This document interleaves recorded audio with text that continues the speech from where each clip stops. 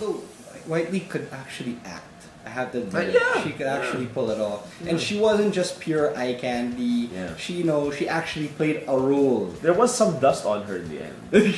There was. I noticed there was some dust on her hand, dude. There was some dust here. But otherwise, the hair was still perfect. Yeah. And I watched it Sila May Yeah. last night. All she could comment was like, "Wait, she's had already 5 change of clothes already, Yeah. and she's got how come she had the time to have to do eyeliner?" Yeah, when okay, spoiler alert.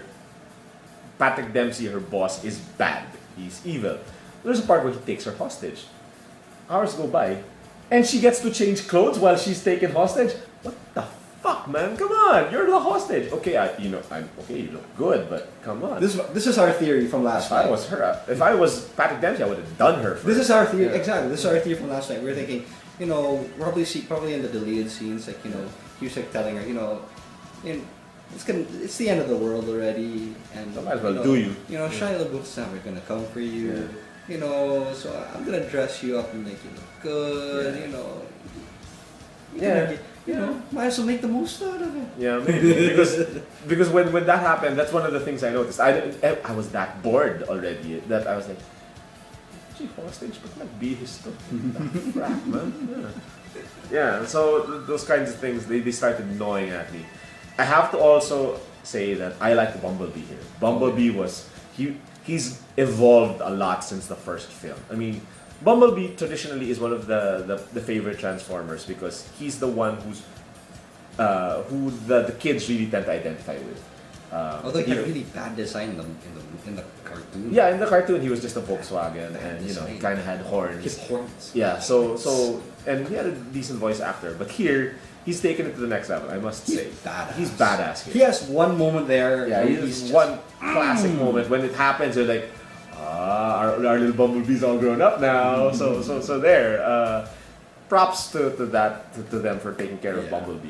Yeah. And it's nice to see the interaction between Bumblebee and Sam because, that's the core. More of a relationship between Bumblebee and Sam Yeah. than Sam and the girls Yeah, that yeah. he's had basically because that's my car there. Yeah. And I'm kind of I'm happy that Josh Duhamel he's been promoted also. Even Tyrese Gibson's kind of got his hero. Although they moment there. although I still felt that Duhamel got he got sidelined pretty much. So Yeah. even he had at least a real more of a story in the first one. Yeah. Second one he was sidelined. Here was sidelined. Yeah. Tyrese had more of a role here. Yeah, because you remember in the first one he had a wife and kid that he was supposed to come home to. Whatever happened to them? Exactly. Are they dead? Did he divorce them when the Decepticons came over?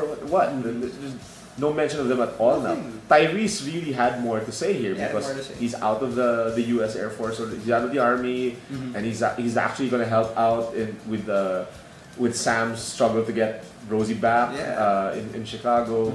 I'm so happy that they shot this in Chicago. Yeah. Chi-Town looks awesome, Yeah. even though it's being torn apart. Yeah. It looks awesome. But dude, it's like for me, like that 45 minutes for me was awesome.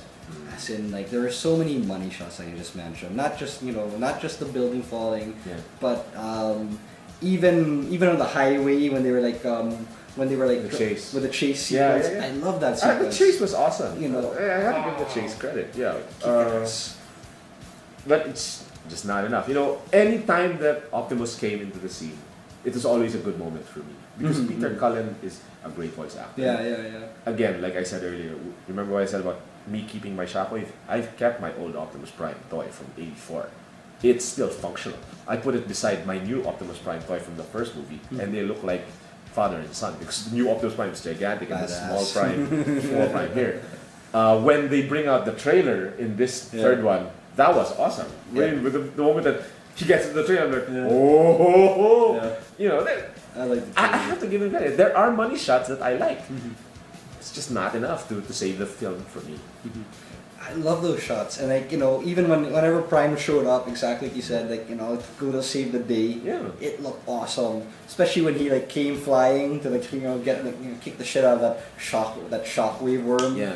You But know? again, remember, there's a part there where he's stuck in cables. Yeah. He's stuck there for like 30 minutes. You know, those records are Optimus Prime. those records You're are not supposed to be inefficient. Stuck. Yeah, come on, man. I mean, Optimus Prime out of the action. They had to, I guess, for to maintain the suspense. Yeah, you know. and then again, like I said, with Leonard Nimoy having an excellent voice, the only way you can beat Leonard Nimoy's voice is to have Peter Cullen's real that baritone. Optimus Prime voice, because it feels like he runs on a diesel engine with that voice. Yeah, And it's funny because if you consider things, he's actually also the voice of Eeyore in Winnie the Pooh.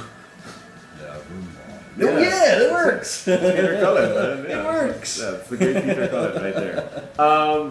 Hugo Weaving as Megatron, Still the same. still the same, but But you can tell it's really him. yeah, When you thought it's still him. He's more sidelined than anything actually, because like if you remember, like based on the last one, he got his ass kicked. yeah. So he's more of a manipulator here. yeah. With the second one, Tony Todd was his boss. Tony Yeah. Todd as the Fallen was Yeah. another great voice actor. Yeah, yeah, there. yeah. And here he strikes a deal with somebody else. We won't say.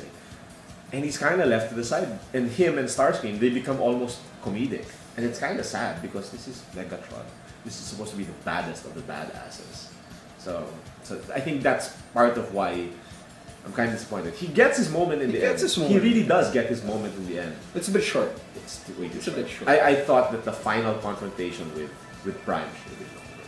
Because that is the struggle. It's always going to end up being them.